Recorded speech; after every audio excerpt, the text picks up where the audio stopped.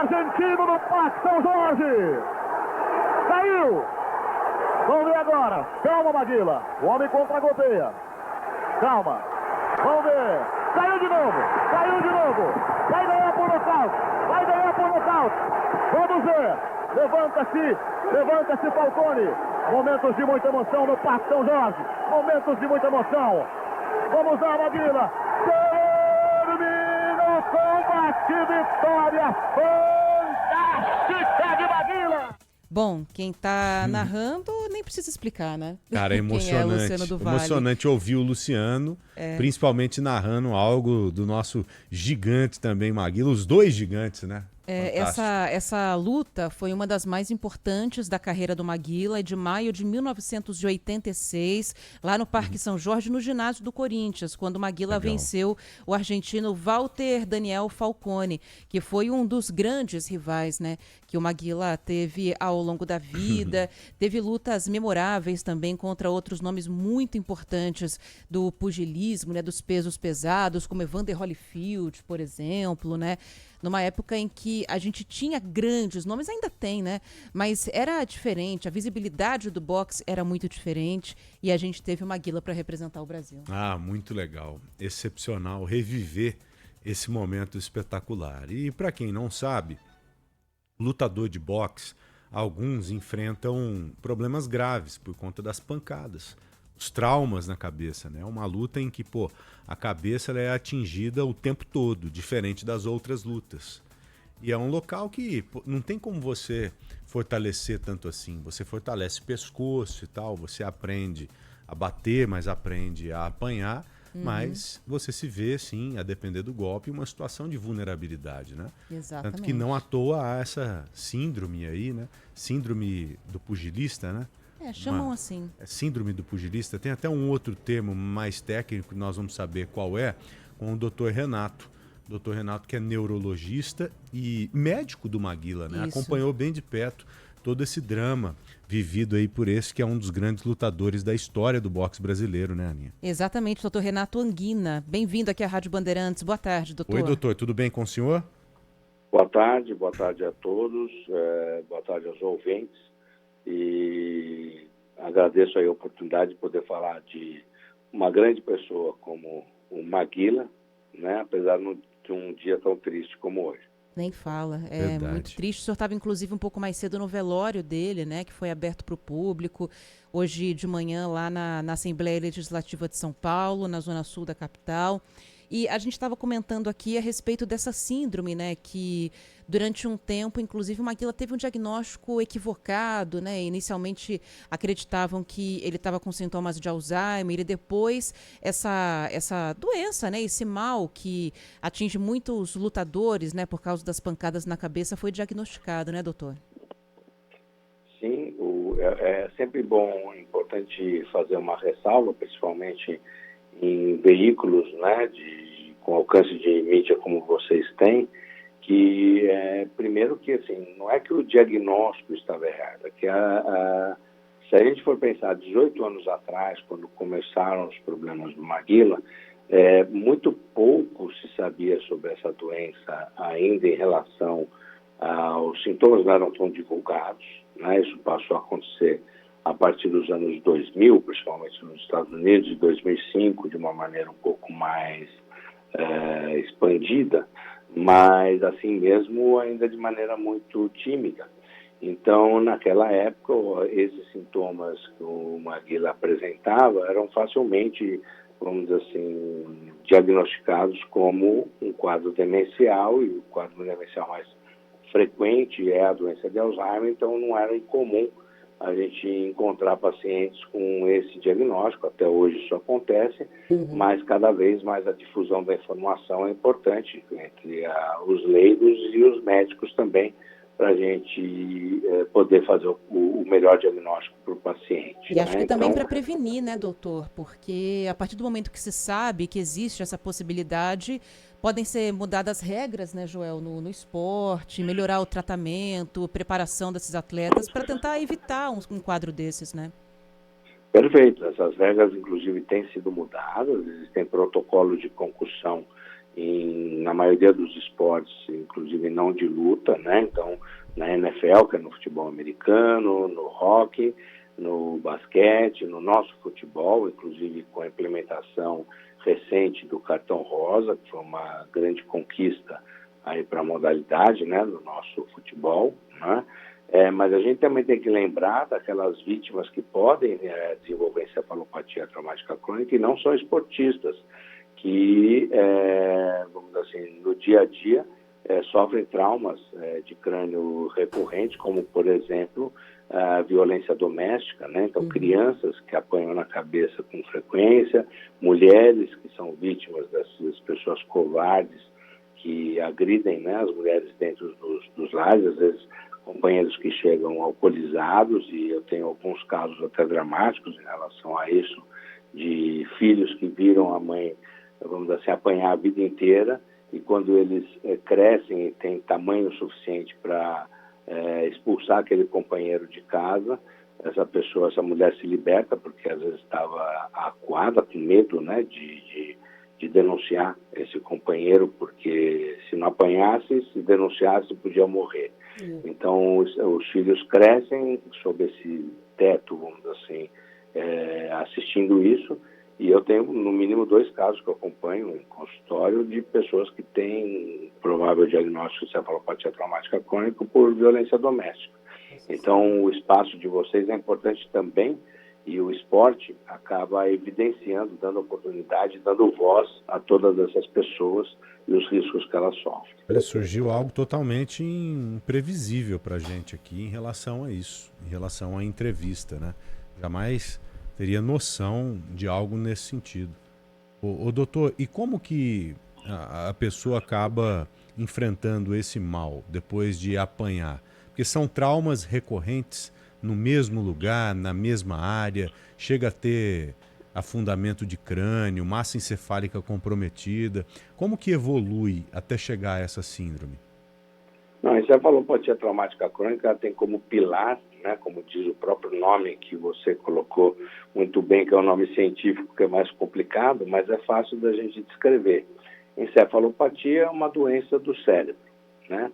Traumática, provocada por traumas repetidos, e crônica, num espaço longo de tempo. Então, pessoas que sofrem traumas repetidos, né, na cabeça, independente de que lado da cabeça, mas vão sofrendo pancadas, e por um espaço longo de tempo, quanto mais longo e quanto maior o número de pancadas, tem uma maior chance de desenvolver esse tipo, porque é como se fossem pequenas lesões, microlesões sendo acumuladas, e num determinado momento desencadeia um quadro degenerativo, que é uma doença que é progressiva, degenerativa, como é o Alzheimer, por exemplo, por isso que se confunde também bastante com o Alzheimer, sem selo, né? E vai progredindo, infelizmente. A diferença é que o Alzheimer geralmente progride em cerca de 10, 12 anos, e essa é uma doença que geralmente o span da evolução da doença é maior. Tanto que o Maguila teve os primeiros sintomas há 18 anos atrás. Da mesma maneira, foi uma evolução mais longa por causa do Bellini, assim como do Eder Joffre, né, que são ícones aí do nosso esporte, que todos eles, inclusive, doaram o cérebro, né, para pesquisa, em atos grandiosos, né, maravilhosos para a ciência, e que ajudam a gente poder difundir esse tipo de problema. Eu ia entrar nessa questão mesmo, doutor, sobre a questão da doação do cérebro, né? O que acontece a partir de agora e de que maneira que contribui para que haja algum avanço no conhecimento dessa doença? Então, quanto mais, quando você tem descrições de doenças novas e quanto mais tecnologia a gente vai tendo, a gente tem oportunidades, quando aparecem novos casos, de aprofundar os nossos conhecimentos. Então, desde a década de 70, já tem marcadores de proteínas para o cérebro, que inclusive são esses marcadores que, vamos dizer assim, identificaram as proteínas que estão ligadas à doença de Alzheimer, por exemplo, e a gente consegue enxergar também as proteínas que estão alteradas no cérebro por essas lesões repetidas, que são diferentes, na encefalopatia traumática crônica. Né? E então, conforme a evolução técnica vai acontecendo, né, a tecnologia vai evoluindo, o que acontece? A gente pode, cada vez que nós temos a oportunidade de estudar um novo cérebro e se juntar com uma rede praticamente mundial de centros, né, de bancos de cérebro. Então, por exemplo, a USP, no caso, por exemplo, do Maguila, assim como do Eder Joffre e do Bellini, eles tiveram, e o Maguila também vai ter o cérebro estudado, principalmente no banco de cérebros da USP, que chama Gerolab, e com parceria com a Universidade da Califórnia em São Francisco e a Universidade de Boston. A Universidade da Califórnia tem a professora Lea Greenberg e em Boston a professora Anne McKee, aqui a professora Roberta Dill. Né? Então, nós temos essa oportunidade de, inclusive, fomentar essa conectividade entre as universidades e dividir o conhecimento e espalhar o conhecimento pelo mundo. O cérebro, além de algo genial, ele é desconhecido também, né, doutor? Em certas áreas. Esses dias eu estava até conversando com a Ana aqui a respeito de um implante cerebral que foi criado recentemente agora para diminuir aqueles tremores do Parkinson, né? Exatamente, que é ligado a um aplicativo no celular. Aplicativo, né, de né? celular, olha só, imagine só. É algo, quando tomei conhecimento há pouco tempo, coisa de 30 dias, porque um amigo colocará na mãe, alguma coisa assim, eu fiquei espantado. O cérebro, ele tem essa diferença, né? Não é um órgão 100% conhecido, né, doutor? Sem dúvida, a gente já conhece muito mais do que a gente conhecia no passado, mas aí vem a frase do Descartes de que quanto mais a gente sabe, mais a gente sabe que nada sabe. Na verdade, foi Sócrates que falou isso, né? Então, quanto mais a gente vai se aprofundando no conhecimento do cérebro humano e do cérebro dos animais também, a gente vai aprendendo e abrindo sempre mais dúvidas, esses implantes, que são os DBS, são estimuladores cerebrais profundos, né, da sigla em inglês, né, o DBS, eles vêm auxiliando muitos pacientes, obviamente que não servem, a indicação não são para todos, mas tem auxiliado muitos pacientes em algumas patologias, dentre elas a que você citou, que é a doença de Parkinson. Para dor também ele é bastante utilizado. Exatamente, né? Quanto mais a gente puder ter avanço, melhor, e são atitudes nobres como essa do Maguila, em permitir a doação para estudo, que é possível que a gente tenha aí uma evolução também. Só para encerrar, doutor, eu queria fazer uma última pergunta. Às vezes tem alguém que está nos ouvindo aqui e, não sei, gostaria também de passar por essa experiência, Joel. Sofre de algum processo degenerativo ou alguma doença mais rara e fala, não, eu quero que meu corpo seja estudado também. Como é que a gente faz para deixar essa decisão? A gente tem que deixar...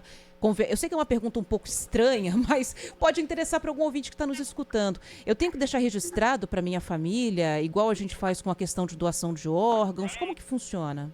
Não, na verdade existe o desejo da pessoa em doar, né, seja um órgão para ajudar uma pessoa, que é importante sempre ressaltar isso, né, então incentivar a doação de órgãos para pessoas que vão receber esse órgão vivas, né, não para estudo necessariamente, é muito importante. Então essas campanhas elas têm que ser contínuas e também existe essa possibilidade de doar órgãos para estudo, para pesquisa, né? A pessoa pode doar inclusive o corpo inteiro dela para pesquisa, né?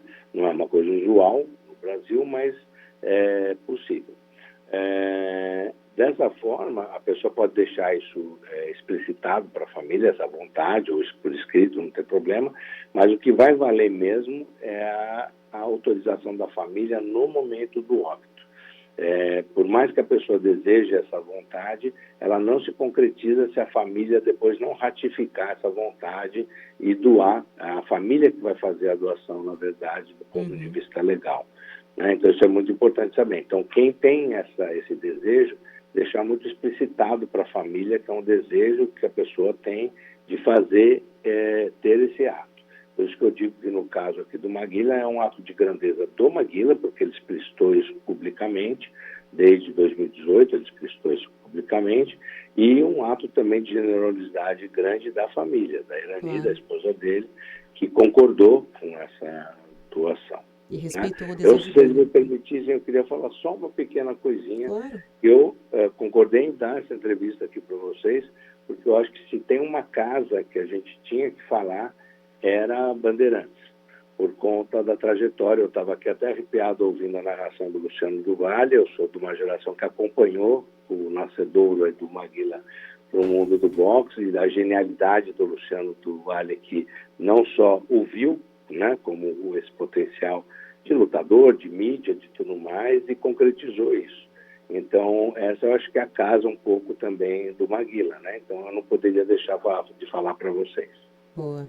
Toda certeza, doutor. Endosso absolutamente tudo que o senhor disse, sem qualquer tipo de ressalva, e fico muito feliz em ouvir isso e, acima de tudo, de fazer parte da atualidade do Grupo Bandeirantes de Comunicação, que carrega uma história sem igual. E a história ela é feita por pessoas como o Maguila, como o Luciano do Vale, e como pessoas como o senhor também, que contribuíram com esse gigante que, infelizmente, se despediu da gente. Doutor, muito obrigado. Foi uma honra conversar com o senhor. Falamos com o doutor Renato Anguina, neurologista, médico que acompanhou o Maguila até a despedida, né, doutor? Obrigada, doutor. Eu que agradeço. Um abraço a todos. Até logo, viu?